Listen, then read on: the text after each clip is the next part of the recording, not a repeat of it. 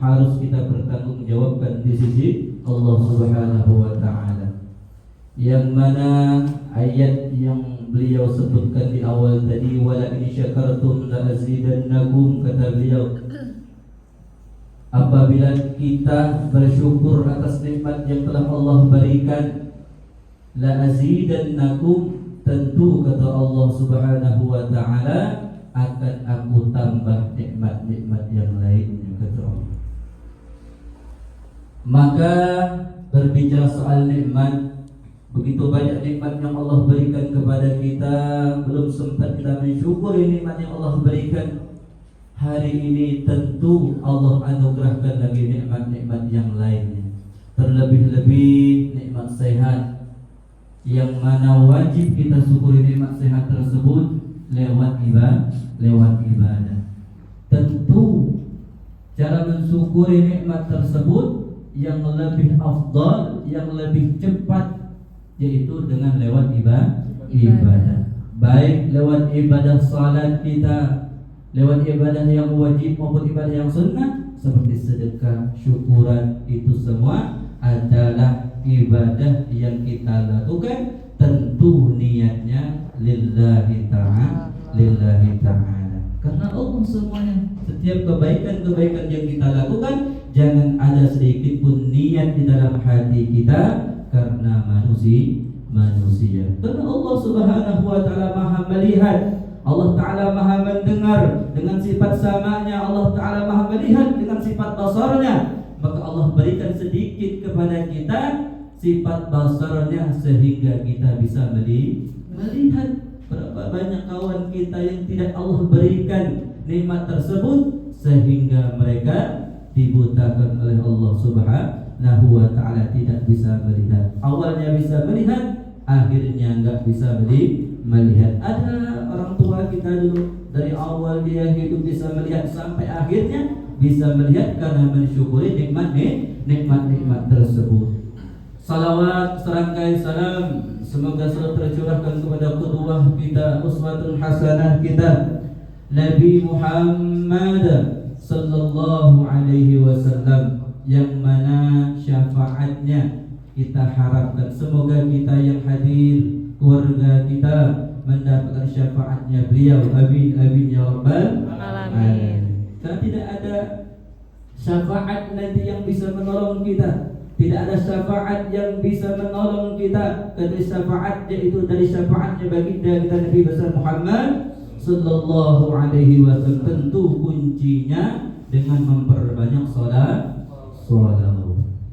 di mana Rasulullah sallallahu alaihi wasallam bersabda, man shalla alayya salatan wahidatan, barang siapa yang bersalawat kepadaku satu kali, kata Rasulullah, yang membalasnya langsung Allah Subhanahu wa taala. Berapa kali? 10 rahmat yang Allah berikan kepada kita ketika kita bersalawat. Yang mana Allah Subhanahu wa taala berfirman, innallaha wa malaikatahu yusalluna 'alan nabi, kata Allah, sesungguhnya ku, kata Allah, wa malaikatih, dan para malaikatku, kata Allah, yusalluna 'alan nabi, bersalawat kepada Rasulullah. Masa kita ada yang Allah ciptakan, yang kita berhajat kepada Rasulullah, dan mau bersalawat?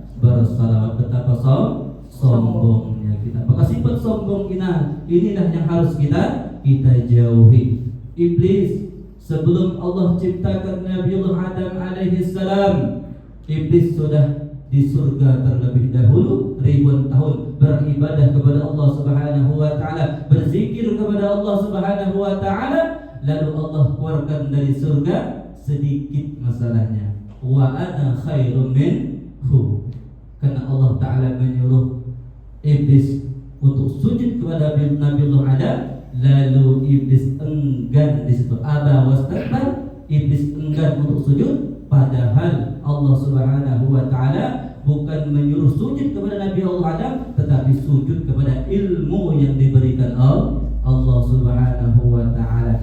Jadi kuncinya, kalau kita pintar, kita punya ilmu, kita punya pangkat dan jabatan, kita punya harta yang diberikan Allah Subhanahu wa taala, kuncinya satu, jangan merasa punya kita. Karena semuanya adalah titipan Allah Subhanahu wa taala. Jika seandainya Allah Subhanahu wa taala pengen mengambilnya sebentar, kayanya kita, jika seandainya Allah Subhanahu wa taala pengen mengambilnya sebentar bagi Allah, maka harta tersebut supaya barokah, bagaimana caranya? Bersedekah, infak. Itu sunnah-sunnahnya. Terlebih-lebih yang wajibnya adalah zakat. Karena di harta kita ada harta fakir miskin. Jika tidak kita keluarkan harta tersebut, Allah Subhanahu wa taala akan mengambil dengan caranya, dengan sakit, sedikit-sedikit sakit makin besar, lalu habis harta kita untuk berobat. Jadi tidak ada manfaat harta kita kalau kita sakit dada. Ada tidak manfaat jabatan kita, istri yang cantik, suami yang ganteng, anak yang soleh dan solehah yang rupa-rupawan? Tidak ada manfaat bagi kita kalau kita sakit. Maka yang harus kita jaga dengan karunia-karunia tersebut, jangan sampai kita takabur, merasa punya kita, merasa membesarkan diri, membanggakan diri kita bahwa kitalah yang bagus, kitalah yang ganteng, kitalah yang kaya, kitalah yang semua. Ya, jangan. Ada. Maka di dalam ilmu itu ada 3 yang wajib yang kita pelajari, wajib ain ini. Pertama ilmu tauhid, kedua ilmu fikih, dan ketiga ilmu tasawuf. Ilmu tasawuf itulah supaya hati kita bisa melepaskan hubbud dunia, cinta kepada dunia. Enggak masalah kita kaya, enggak masalah kita punya jabatan, enggak masalah kita punya apapun di dunia ini, tetapi hati kita jangan merasa punya. Boleh kita membanggakan anak-anak kita, boleh, harus kita membanggakan mereka, tetapi membanggakan itu harus dengan ilmu. Maka semuanya harus pakai ilmu. Maka Abu Dzar minta nasihat kepada seorang guru, lalu gurunya mengatakan, "Ya Abu Dzar, jaddidus safinah fa innaha bahrul amin." Kata gurunya, "Wahai Abu Dzar, jaddidus safinah, perbaharuilah kapalmu karena lautan itu sangatlah dalam." Kata gurunya. Apa maksudnya? Perbaharuilah iman kita setiap saatnya dengan apa? Dengan ilmu. Kalau kita sholat tidak berilmu, diterima tidak sholat kita? Tidak. Tidak diterima. Wudu tidak pakai ilmu, diterima tidak wudu kita? Tidak diterima. Jadi kuncinya sholat harus sempurna wudu. Kalau kita tidak tahu ke rukunnya, tidak tahu ke syaratnya, tidak tahu ke membatal wudu, kira-kira sah di sholat kita? Tidak sah. Maka harus pakai ilmu. Yang paling dasar pun harus pakai ilmu ya.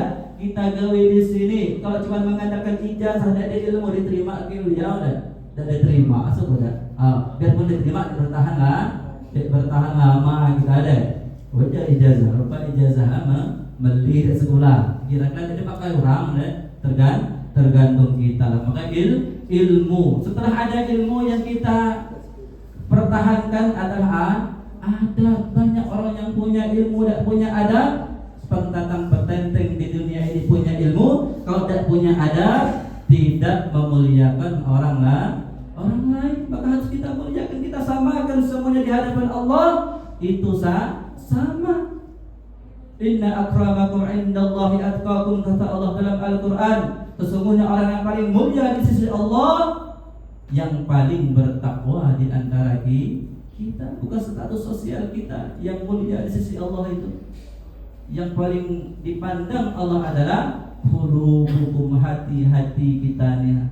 Maka jaga hati kita, jangan sampai kita sholat